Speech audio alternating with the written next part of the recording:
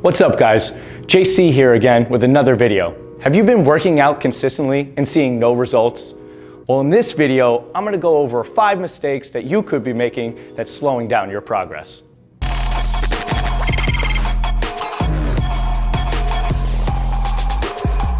The first mistake I see most people make is probably one of the simplest to fix. It is to get a sufficient amount of sleep. Now, there's an author named Matthew Walker. He wrote a book, Why We Sleep. He claims that we need 7 to 9 hours of sleep a night. Now, you may have heard that old adage that I'll sleep when I'm dead. Most studies now show that you'll probably die sooner the less you sleep.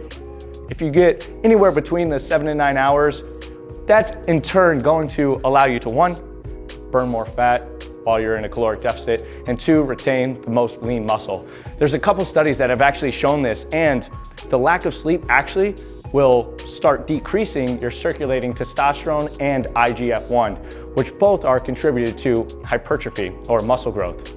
Now, side note, contrary to popular belief, growth hormone really hasn't shown much as far as muscle growth is concerned. There are some pieces of evidence that show that growth hormone can actually potentiate or to make greater the effects of IGF-1. So inherently, it may have some sort of effect, but that's yet to be elucidated. Now, another point is, when we sleep, a lot of people tend to ask, man, JC, what can I do to recover better? That's where they're wrong. I actually made a post about this on my Instagram, and if you aren't already following, go ahead, the link's gonna be in the description below. But when they ask me this question, it's not what more can you do for recovery, it's actually what can you do less of. So that's less activity outside of the gym. A simple way to recover better is just to rest more. Now, I'm sure you've heard of Epsom baths, cold shock therapy baths, heat therapy. There's a lot of evidence for some of these. Some cold shock therapy baths can help bring your performance back to where it was. You'll see a lot of athletes do this that are on the road a lot. However, it actually shows that it doesn't allow for the adaptation or muscle growth that you may be looking for in the gym.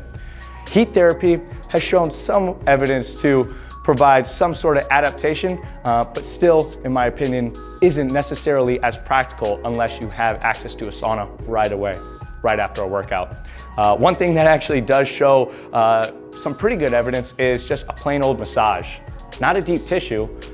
Some evidence will show that it can actually cause some micro trauma, which is inherently the opposite of recovery, but just a normal massage, just in the mere fact that you're able to rest, relax, and take your mind off everything else that's going on outside of the gym. And if you're interested, all these articles and study links that I reference will be in the description below. The second mistake that you could be making in terms of slowing down your progress is simply jumping from program to program as far as training, and also diet to diet. Now, I'm sure you've heard of a lot of these fad diets.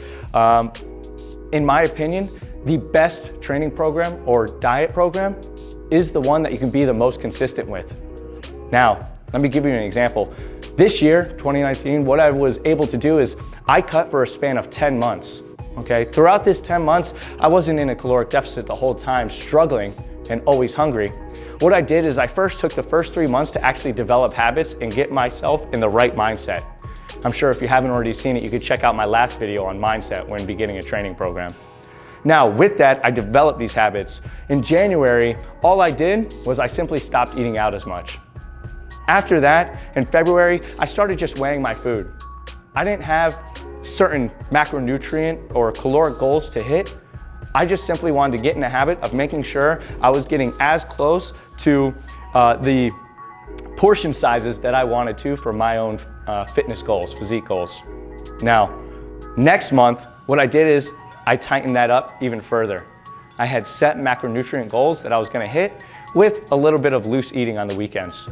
This allowed me just to obtain habits over time while I was going through life, working, hanging out with friends, and also traveling the world. Throughout these 10 months, I was seeing 3 different countries, about 5 different states, and I dropped 35 pounds, and I have now consistently kept that off. Now, when I'm talking about jumping from program to program or diet to diet, we know that at this point, our muscles don't get confused. We are a complex machine that tends to overthink what actually causes adaptations. Let me explain. Generally, a training cycle, when you look at it, you don't want to say, okay, Monday I'm going to do chest day, and then the next Monday you totally change the type of exercises you're doing. It leaves no room to actually elicit any adaptations. There's a method of training called periodization, where you generally start with lower volumes and intensity, and gradually over time you utilize progressive overload to make small changes in the intensity and potential frequency that you are utilizing in each workout. So let me give you an example. Week 1, I'd be doing bench press, okay? That'd be 2 sets of 10, just to keep it simple. Now, if I was doing 2 sets of 10 at 100 pounds, the second week, I would generally be looking at now adding either additional volume or some intensity, or maybe a mix of both. Now, a big thing I wanna tell you guys is a lot of people are looking for either a black or white. Training and nutrition is generally, you tend to fall in the gray area.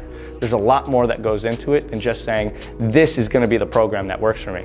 I try out a few different ones and then track progress and see which one I adapt best to. So, point 2, to reiterate, just stay consistent with whatever program or diet regimen that you decide to be on. Track your progress. If you're losing weight, you know it's working, if that's your goal. And this is our third mistake, not tracking our progress, whether it comes to weight training or just our nutrition. A lot of times I talk to people and I talk to clients and I say, you know, how's your nutrition like? They're like, oh, it's generally pretty good. You know, I eat generally healthy. And then I go, cool, how much of each macronutrient do you eat? And they kind of give me a perplexed look and eventually go, what do you mean? So what I mean is, it's a caloric deficit that'll allow you to lose weight regardless of the quality of the food, or it is a caloric surplus that'll allow you to gain weight, okay? It's the law of thermodynamics. Energy cannot be created nor destroyed, so it has to go somewhere. So by not tracking, we inherently can't go off feel. Our body doesn't necessarily enjoy going through a workout program. Think of it like a AC. It wants to stay at a certain set point. If you start overeating, your body will then start suppressing your appetite to bring you back to that set point. If you start undereating, it'll increase certain hormones in the body to allow you to have that hunger to where you feel like you're quote unquote starving, to make sure you can still stay at that same set point. Mistake number 4, letting your ego get in the way. Now, what do I mean by this? A lot of times you'll see in the gym, people lifting extremely heavy, but they might not be going full range of motion. Now, full range of motion is different for a lot of people. It's not just one set movement pattern that's necessarily the right way to do things. However, loading the bar with 4 plates and only squatting down half the way most likely won't do the same thing as just loading the bar with 2 plates and going all the way down, all the way up. There's multiple studies that indicate this. Now, in my opinion, this is awesome. Who wouldn't want to lift less, have their joints hurt less, have their body hurt less, and gain more musculature? I know me, the difference is, I love working out. I don't like to be in pain. So just like anything, everyone's looking for that quick fix or that easy answer. This is a simple way to ensure, 1, that every rep looks the same and we can control for these variables to ensure we're making progress. And 2, you're not gonna injure yourself, which then makes you have to take a step back when you're trying to constantly move forward. And speaking of quick fix, our 5th mistake is for people that wanna run before they can walk. And what I mean by this is, a lot of people, when they start a workout program or they're training for a consistent period of time, they don't really tend to develop kinesthetic awareness. What I mean by that is just the awareness of knowing where your body is without looking. So you have proprioceptors, which are just sensory organs in your muscles that kind of tell you where your body is. So it's just body awareness. Now, if I said flex your bicep, we would know that we're flexing our elbow and tensing the bicep.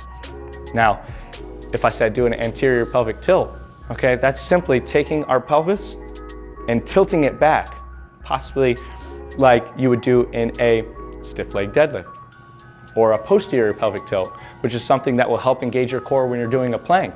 So that's simply where I would take my pelvis and think of the top part of the pelvis shifting to my posterior or rear side. So I'd go from this position to here by just contracting my glutes. But what I've noticed through my experience with working with clients, sometimes we just aren't aware of that.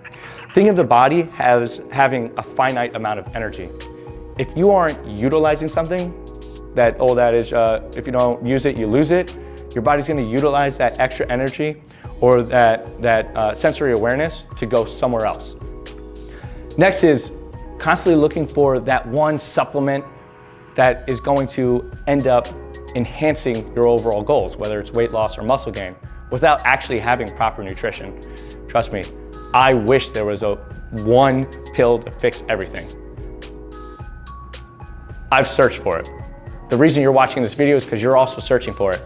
However, I've already taken the years to make a bunch of mistakes and trial and error to get to the point that we know that nutrition is going to be the key. Now with nutrition, we're going to that later on, but it's simply just developing good eating habits. A common rule that I like to elicit with a lot of clients is the 80-20 rule. 80% of the time, you're eating nutrient-dense, healthy foods. 20% of the time, you're allowing yourself to indulge in those foods that just make life enjoyable. Now, to wrap this all up, 1, rest more. 2, stay consistent on that training or nutrition program. 3, track your progress, whether it's through a fitness app that tracks your nutrition, or I utilize AppLift, a fitness software that helps me program for myself and track my lifting data week by week. 4, leave your ego at the door. Focus on full range of motion, over half reps, and just trying to impress the person next to you. And 5, walk before you can run. Develop habits, develop kinesthetic awareness, and overall, develop a sound training and nutrition program before looking for that magic supplement. Inherently, the term means supplemental to what you're already doing. Now, if you know anybody suffering from these same mistakes, or possibly you are, or a family member or friend, do them a favor because you care about them. Share this video with them so maybe they could start making a little bit more progress. Otherwise, if you want more information, comment down below. I'll be happy to extrapolate on these points. And then, otherwise, make sure to like, subscribe, and stay tuned for more.